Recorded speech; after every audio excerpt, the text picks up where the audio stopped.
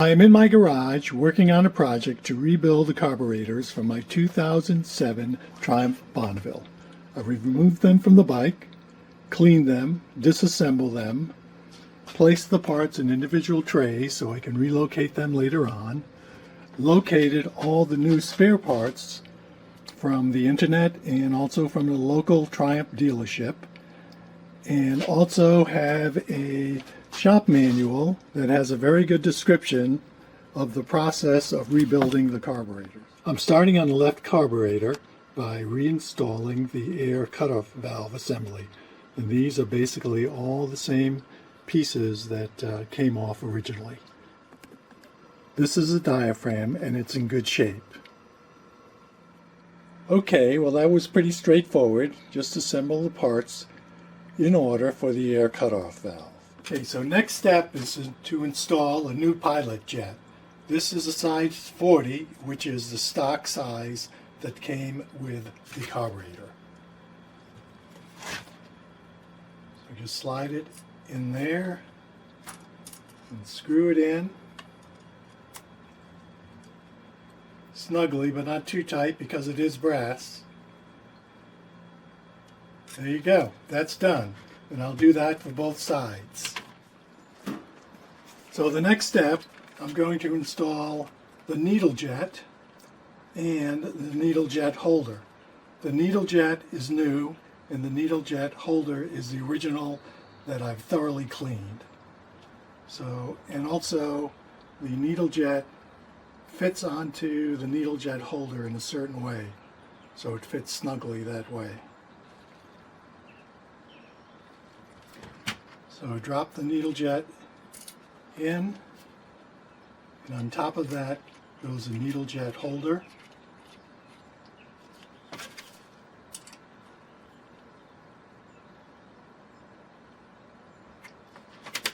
Okay. So now I am going to install the main jet into the needle jet holder. And this is size 110, which is the same size as the stock.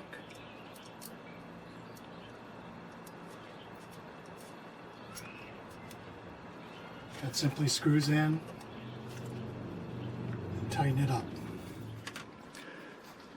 So now I am reinstalling the needle valve and the float. The needle valve is new and the float is the original, but I've checked it and it does not have any leaks. So you simply drop the needle valve into the seat and then replace the pivot pin. Next, I'll have to check the adjustment of the float to make sure that it's within specs. So I turn the carburetors right side up, and in this position, the float hangs down freely. According to the manual, the height of the float is between 16 and 18 millimeters when you can just feel the pressure of the plunger on the needle valve when you lift this up. And it's very slight. But I have checked it, and I've set the vernier, the caliper, to 17, and in checking that, and you just slightly feel it, but it is within spec. So I'm going to leave that the way it is, and then do the other side also. So now I'm installing the float chamber with a new rubber seal. Thoroughly cleaned out the groove here where that goes, and simply slide that on, and I have new socket head screws, stainless steel, to replace the Phillip heads.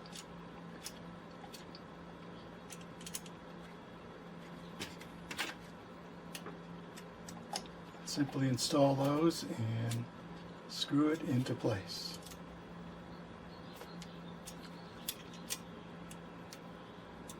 So I'll complete that with the rest of them, and I'll have two float balls in place. I also installed the float bowl on the left carburetor, and also, and additionally, you have to remember to install this bracket for the idle speed adjuster. And then that that is held in with two of the screws that hold in the float ball. So now I've turned the carburetors right side up, and I'm installing the needle piston diaphragm assembly. And the needle should be able to move freely, and there's a little plastic holder in there that keeps the needle in place, and that has to go in there. There are little indents in there that it fits over, and there's also a little air hole that you do not want to block. So then that fits into the grooves just a certain way, and then this slides in and slides into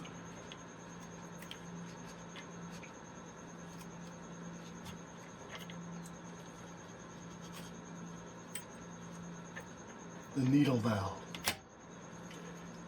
And then go ahead and make sure that the top of the diaphragm fits snugly and evenly into the grooves on the top of the carburetor. Now I'm going to install the piston spring and the cover, the top cover. So the spring fits on the 3 tabs on the inside of the cover, and also over the plastic needle holder on the inside. Slide that in and screw it into place.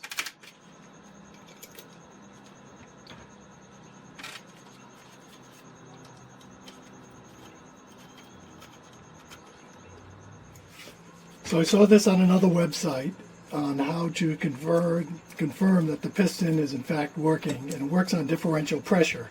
So by blowing some air in here, you can see that the piston in fact does work. So this is the last bit of assembly for these carburetors, and it involves a choke. So this is a choke linkage bar, and it